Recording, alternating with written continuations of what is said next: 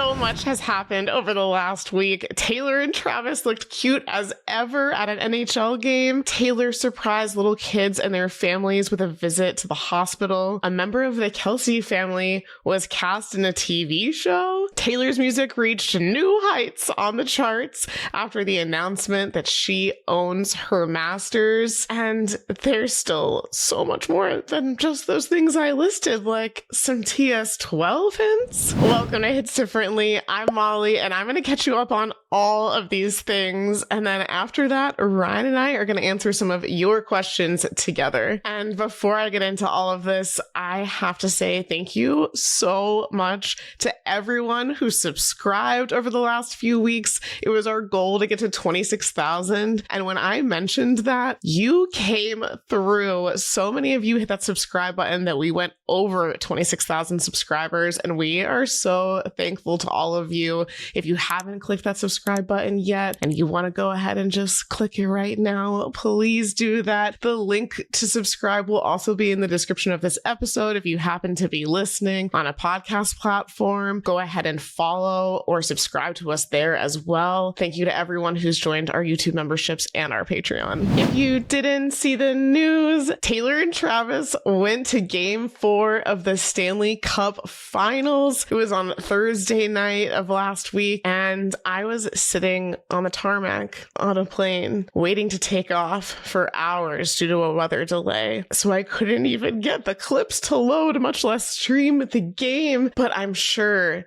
you guys have all heard about this by now. And if you haven't, let me tell you that the clips of them in the game were some of the cutest couple moments that we've seen of them yet. I love seeing them go to sports games together. We've now seen them at a baseball game, a tennis match. I'm a huge tennis fan. And now this hockey game. And of course, obviously, Taylor supporting Travis at the Chiefs game. So I just love seeing our girl in her sports era. And because we were out of town this past weekend, like I just said, we were sitting on a plane when all this was going down. I have not had a chance to do the recap yet, but we are going to be recapping all of these freaking adorable moments from Taylor and Travis at the game together, and it'll be available on our Patreon later this week. So be on the lookout for that. The link to subscribe to our Patreon is in the description of this episode. So while we were all fawning over these clips of Taylor and Travis and just having so much fun seeing her have so much fun, the next day she took those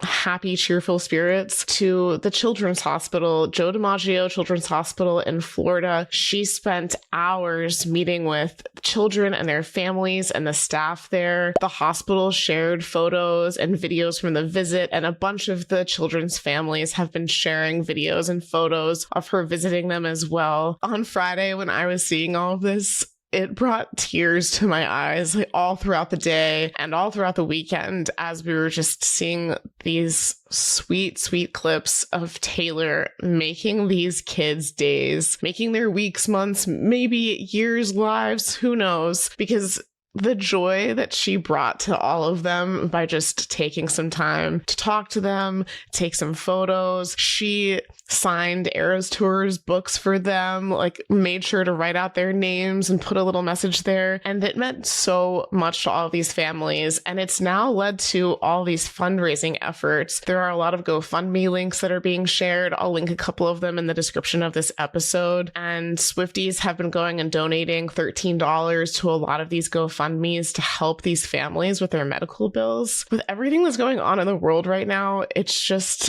so nice to have uplifting stories like this and to see Taylor do something that really does make such a difference and then allows the fans to just rally behind her in these efforts and make a difference for all these families. This week, Travis and Jason attended the Cannes Festival in France. They were promoting New Heights and talking all about the podcast. They were also talking about how their mom, Donna Kelce, is going to be on the new season of Traitors, season 4, coming coming up. And I have never watched this show. A lot of my friends do. I need to know, do any of you who are listening or watching to this right now also watch Traitors? And if so, should I go back and rewatch the first seasons before season 4? Does it matter? Are you guys all going to be watching season 4 now that we know a Kelce member is going to be in it? I'm very excited for this. Let me know what you think in the comments. Then on Tuesday, Travis was back in Kansas City for mini camp. We started to get clips of Travis and the rest of the Chiefs players all gathering together for this start of the new season. Travis is looking slim. If you listen to the Pat McAfee show, they've been talking about all the stuff he's been doing to get in shape for the season. And as a football fan and now a Chiefs fan, I cannot freaking wait. It also means that our game day version of Taylor is defrosting. Can already see the beautiful outfits in my brain for this fall. I'm so excited. Now it's time to get into all of the streaming numbers and chart data that we've gotten since Taylor announced that she owns her masters. And as you all likely know, the Swifties started streaming everything, Taylor's entire catalog after that announcement. It takes a week or two for the numbers to start to come in. So the first full week that Swifties were able to stream Taylor's entire catalog, the following week, we found out that that made 11 of her albums go into the Billboard 200. Coming in at the top, number 5 was Reputation, 18 was Tortured Poets, 30 Lover, 50 Midnights, 52 Folklore, 61 1989 Taylor's Version, 64 Taylor Swift aka Debut, 73 1989, 147 Red Taylor's Version, 170 Speak Now, and 185 Speak Now Taylor's Version. So you're probably wondering which albums weren't on the charts then, which ones didn't make the top 200, and the only ones that didn't are Original Red, Original Fearless, Fearless Taylor's Version, and Evermore. Little sad tear for Evermore there. She's always the forgotten sister of those two albums, but let's hear it for all 11 of those other albums that made the top 200. That is wild. And the other wild thing that we have to focus in on are the Reputation numbers, okay? Reputation went from being number 78 on this chart to number 5.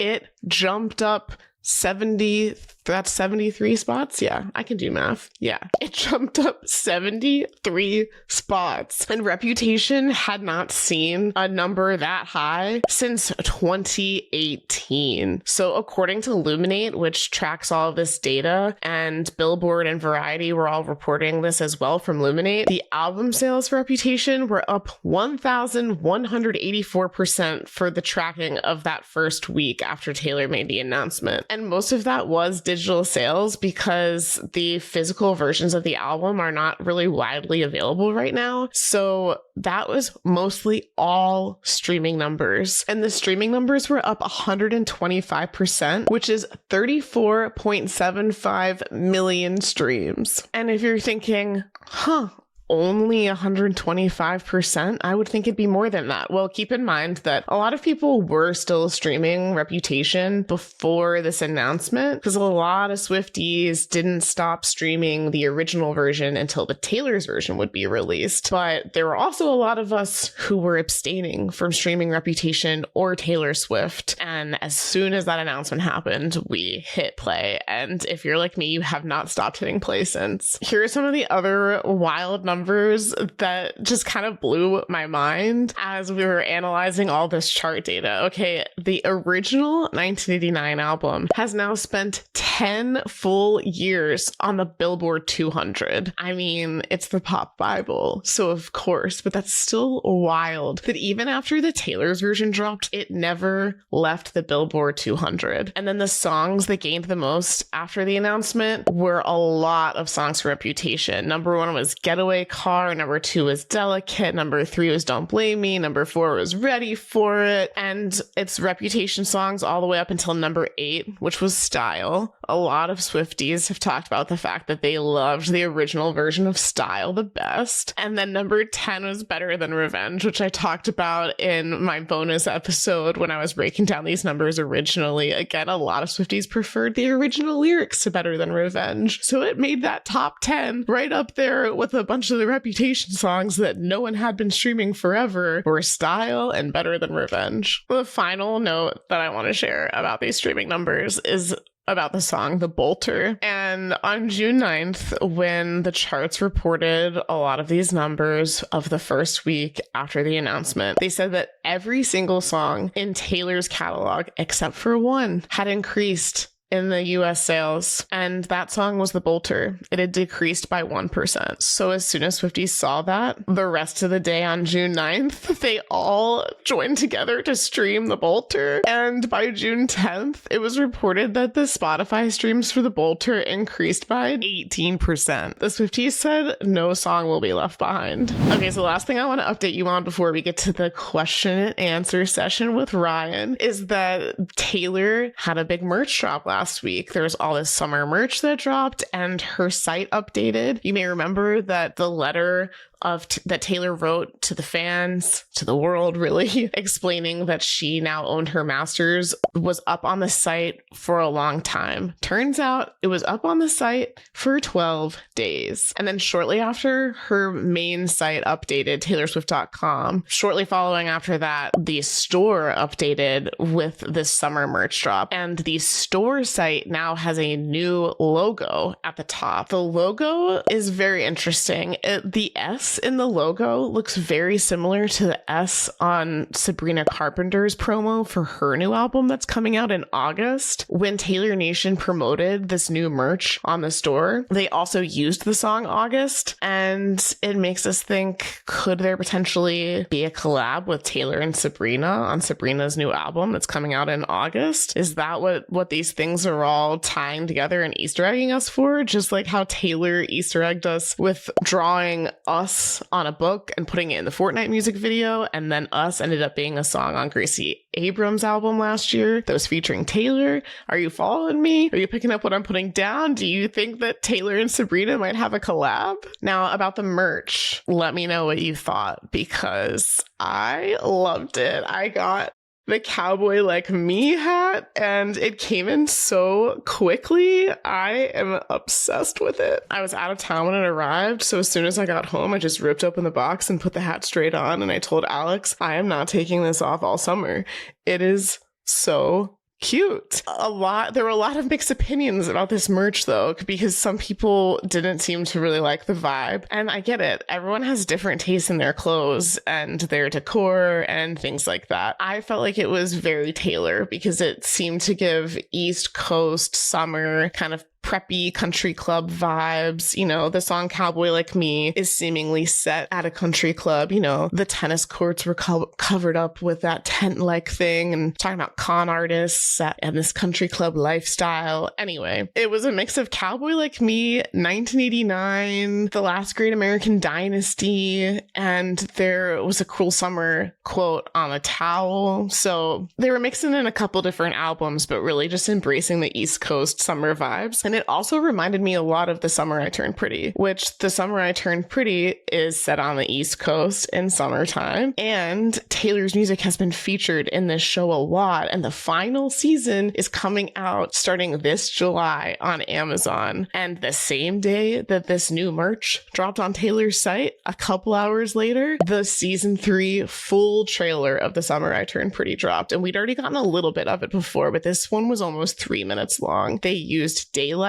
and red in a perfect mashup kind of a way. The trailer literally gave me chills. I've read the books, so I know what's supposed to happen in season 3. I cannot wait to see how they cover it in the show. Ryan has not read the books yet. She has been watching the show, and we're thinking we might talk about The Summer I Turned Pretty a little bit on the pod this summer if you guys are interested. So if you are also fans of The Summer I Turned Pretty, or if you're ready to get into it because of Taylor's music being featured in so much of the the show, let us know in the comments. All right, now it is time for a little Q&A session with Ryan. We recorded this a couple weeks ago when Ryan was with me the weekend that Taylor got her master's back. We wanted to take advantage of being together and record as much as we possibly could. So we asked on our Patreon for some questions that we could answer together, and you guys delivered. We had so much fun answering these. Thank you to everyone who submitted. Again, if you want to join our Patreon and be able to contribute to things like this in the future, the link for how to do that will be in the description of this episode. And now over to you, Ryan. Thanks, Molly. Our first question comes from Alicia, and she said, can't wait for the episode and so excited for you two to be back in the same room. If you had to pick a Taylor Swift lyric to describe your friendship duo, which one would it be and why? Okay, so full disclosure, we have not shared our answers with each other yet. So I'm so intrigued to see if we have the same one in mind. I feel like I'm cheating and taking the easy road, but I feel like I am too. So we might have the same one. Because the fact that I didn't even have to think about it. Wait, should we say it at the same time? All right. On 1, 2, 3. For the hope my love is a lie. No, not it. No. That was going to be my backup. Okay. I stopped myself because we weren't saying at the same time, so I just shut up. Okay, so mine was going to be, oh, my love is a lie. Hit my friends say to get me by. Oh. It hits different. Oh, okay. It hits different. Okay, I see what you're okay. At first, I wasn't going to say mine because I thought it was too easy, and I was about to deep dive Taylor's discography real quick, and then like songs about friendship. I was stop. Just go with what you were gonna say. Yeah, when I first saw the question, a friend. When I first saw the question, I thought to myself, "It's nice to have a friend," and we got that as a surprise song. Oh my god! So yeah, but then I thought would be hilarious. Our tagline that we've written in all of our descriptions about our show is, my friends say to get me by. We talk about Taylor to get by, you know. And it hits different. We hit different. My lyric is for the hope of it all, because I have a tattoo, which I feel like we never really talked about this or showed it. I know. It's awkward how I'm holding it. We can reveal the truth. I know. I didn't know. We can reveal the truth. Right. We haven't talked about it on the pod yet, but I feel like it's time. It's like the 1 year anniversary. It's coming out after 1 year. Not coming out, not literally, but presenting this information that we've been hiding. And as a Swiftie podcast, it's a weird thing to hide. It's why wouldn't you tell us this? It wasn't intentional whatsoever. Time just got away. Yeah, there was just so much going on. But yeah. I'm like, should I stand up? Well, don't hurt yourself. There we go. So we have For the Hope of It All, and we have these little seagulls because I love 1989 girly, and obviously a lyric from August. Yes. And what we haven't said is that I also have For the Hope of It All. We have matching friendship tattoos. I don't think that I can properly show it. It's on my inner leg, lower around my ankle. And yeah, Ryan and I got them last year in Barcelona together. It's my first tattoo. For our Edinburgh trip. The artist just did such a good job. And yeah. I forget that we have matching tattoos. Yeah, Ryan has many other tattoos. I don't have matching tattoos with anyone though, so it's a big deal. It's a big deal. And the reason that we went with it is also kind of a fun story. We're definitely sidetracking on Alicia's question, but she will think this is funny, I think. So the reason that we picked For the Hope of It All is because a couple of years ago, Ryan was taking a graphic design course. Yes. And she had to design tattoos with words specifically. Mm-hmm. Yep. And so Molly and I had always talked about this lyric because we've always been August stans forever, which is really hard to pick a Taylor song, as you know, and to lock into a lyric. And I don't even remember how we always would gravitate towards this lyric. Well, when we were trying to find something for your project, because you had to have words, and we thought, let's make it a Taylor Swift lyric. You were visiting us around the time that you needed to turn this assignment in. Yep. And we were thinking, if you were to get a Taylor Swift tattoo, what would it be? And we thought really hard about it. Laid out all of our favorite songs, picked out our favorite phrases, and then ultimately landed on For the Hope of It All. And then you designed it. It was originally going to be Living for the Hope of It All. And then we realized aesthetically and just for the simplicity of it, For the Hope of It All just was more encompassing. So we did, Molly went and bought this fake, this printer paper where you could do fake stick-on tattoos. It was a whole thing. We wanted to really conceptualize. And I can actually have that photo too that we can share. We did it on our wrist and we loved it so much. And Molly didn't have any tattoos. This was a very, very big deal. And she always had said she never wanted a tattoo. Never wanted She's one. not Definitely afraid of needles. Yeah, afraid of needles. But all you need is that reality of, wait, that's kind of cute. And then I found someone for us when we were in Barca, and the rest is history. I definitely feel like I moved the needle. When I saw her budging, Alex didn't think it would happen. I was like, I see the glint. The glimmer's there. I almost chickened out at the end. I see it. The glimmer's there. Also have photos of me holding Molly's hand. It was a whole moment. We printed out the temporary tattoos and would put them on at different times. And finally, we said, we need to just actually get these. And that was years ago. Yeah. And we only just did it last year. So years in the making. Yeah. So to answer Alicia's question, that does For the describe hope of our it friendship all, duo for sure. it goes deeper than just the lyric. We loved it so much, we put it on our bodies forever. Yeah. Our next question is from Dominic, and Dominic asked, if Taylor released animal plushies to represent each album, which animal would represent each album? Yes, Rep is a snake, but I'll allow mythical creatures too. Okay, so obviously Rep is a snake, 1989 is a seagull, Speak Now is a dragon. Those are easy. And while we would love to go album by album, that would take Ryan and I literally all day because we would overthink We would take it the too heck seriously, out of this. course. So Alex is going to come and give us each an album on the spot that we have to figure out an animal for. Okay. Ryan, your album is The Tortured Poets Department.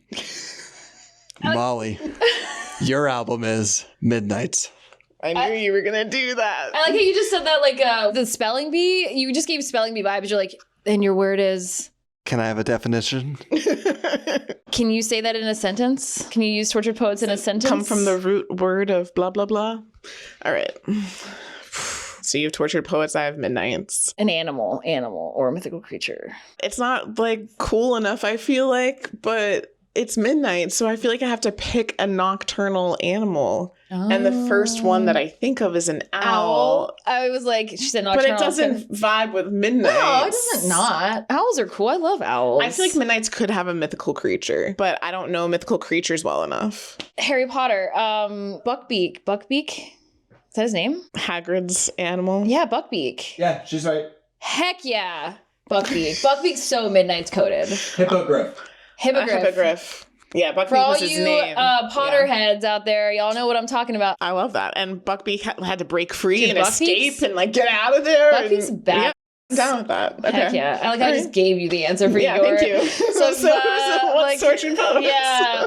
Why did the first animal, it's not even an, I guess it's an animal. Technically an animal is, very broad. Why did the first thing that came to mind, which doesn't make any sense, I'm just going to say it, was a snail, which doesn't make any sense. I'm just being honest. That's like the first thing that came to mind as I'm rattling through Tortured Poets. And I was like, a snail? I just had to say Why? that. I don't know. I don't. All right, I have some ideas for All right. Tortured Poets. I think I just keep saying black and white. Oh, black, like a zebra. I mean, sure, if you're going for the color scheme, I get that. I was going to say, because it's in a lyric, the coward claimed he was a lion. No, you can't. Like a lion. No. Tortured Poets isn't a lion. She's roaring all over that album. What are you talking about? It makes me think of Do you Katy think Perry. it's a snail? It's not a snail. I was just saying, that was just transparency of the first thing that came to mind. It's not a lion, though. I would nominate crow. Ooh, raven. Ravens are more bad because they're bigger. As an Edgar Allan Poe stan, I know a lot. The difference between a raven and a crow is pretty similar, but a raven is larger, and I think they're smarter. And isn't there a raven in the fourth? The albatross. Too easy. That's like saying the black dog. The black dog Sirius would be pretty Black. good. I mean, these all relate back to Harry Potter. I mean, Ravenclaw. Taylor's come the one who on. dropped, said, Okay. we're collecting Yeah, like how was the black dog Horcruxes. not the first thing we thought of? No, I like Raven. All right, final answer, Raven. Moving on.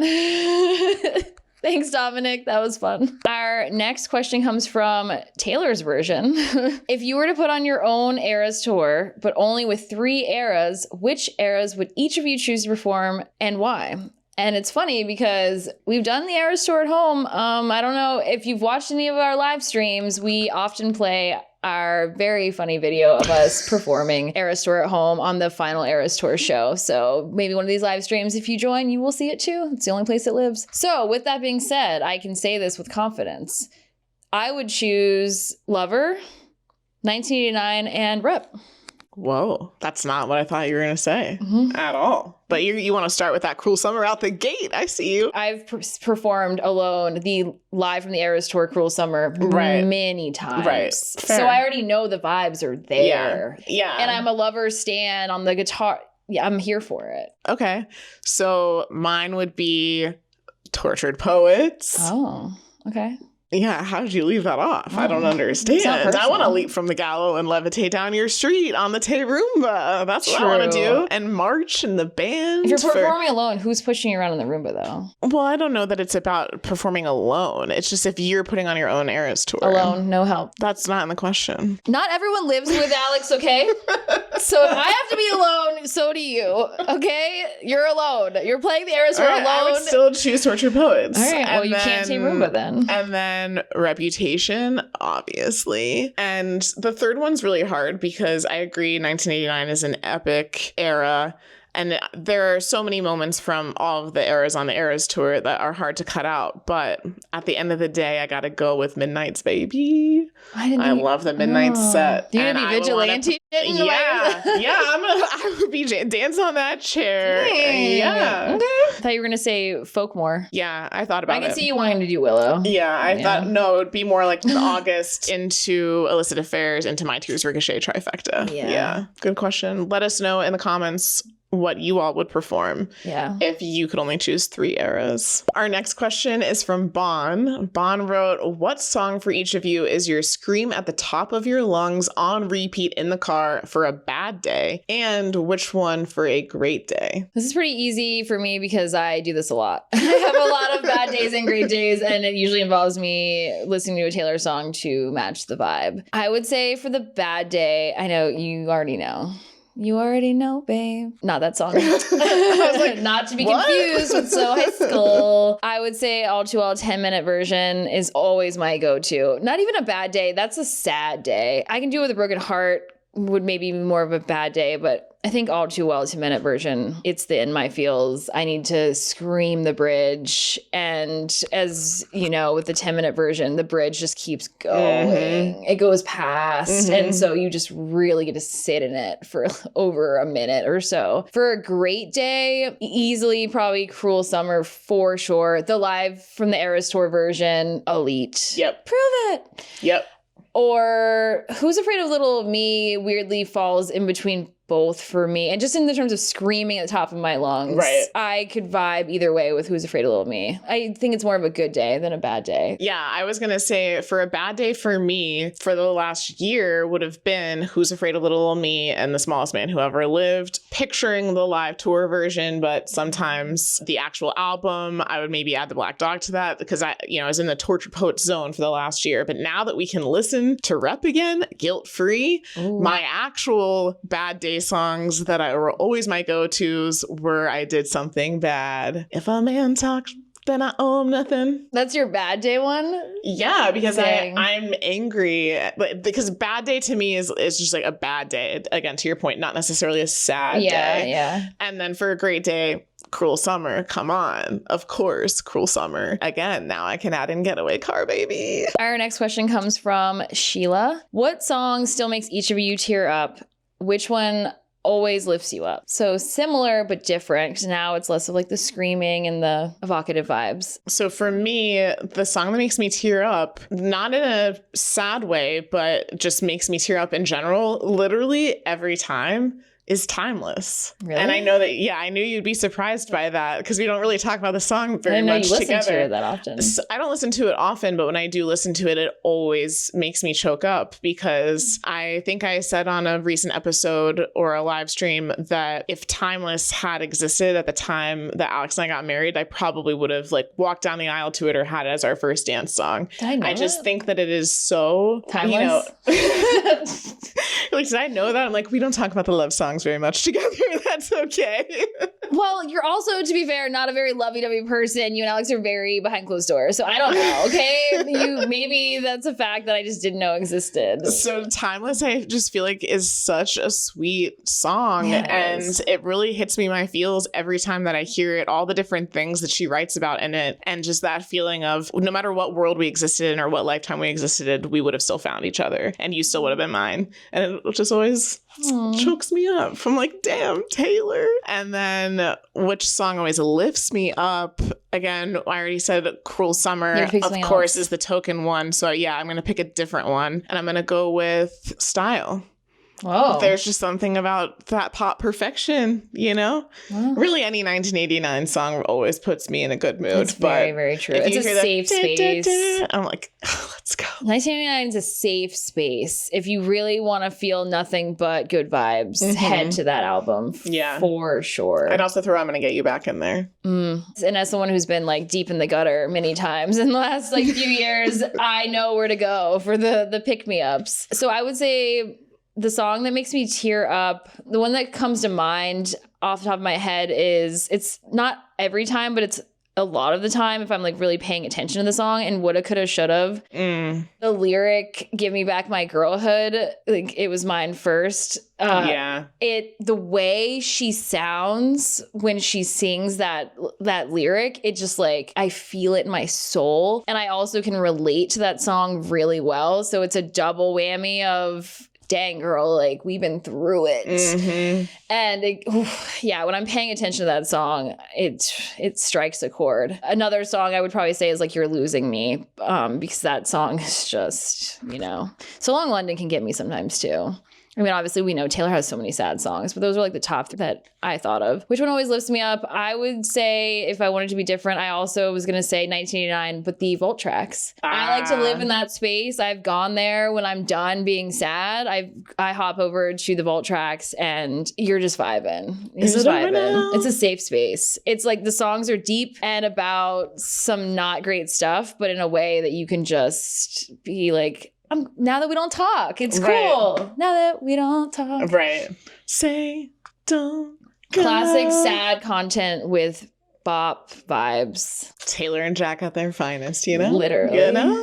Thank you everyone for submitting those questions. That was a lot of fun to answer. We definitely want to do more of these in the future. And we want to hear your answers to all these questions in the comments. Yes, please share. These are all very fun. They get us thinking deeper about Taylor's music in ways that I've never thought about equating her albums to animals. So very, very fun, very creative. Good work, y'all. Please subscribe to our YouTube channel or follow us wherever you're listening to this podcast. Give the video a like. If you are watching on YouTube, you can join our YouTube memberships, or you can join our Patreon and watch ad-free and submit comments to us when we're looking for content like this. So thank you all for watching and for listening. See you next time. Bye. Bye.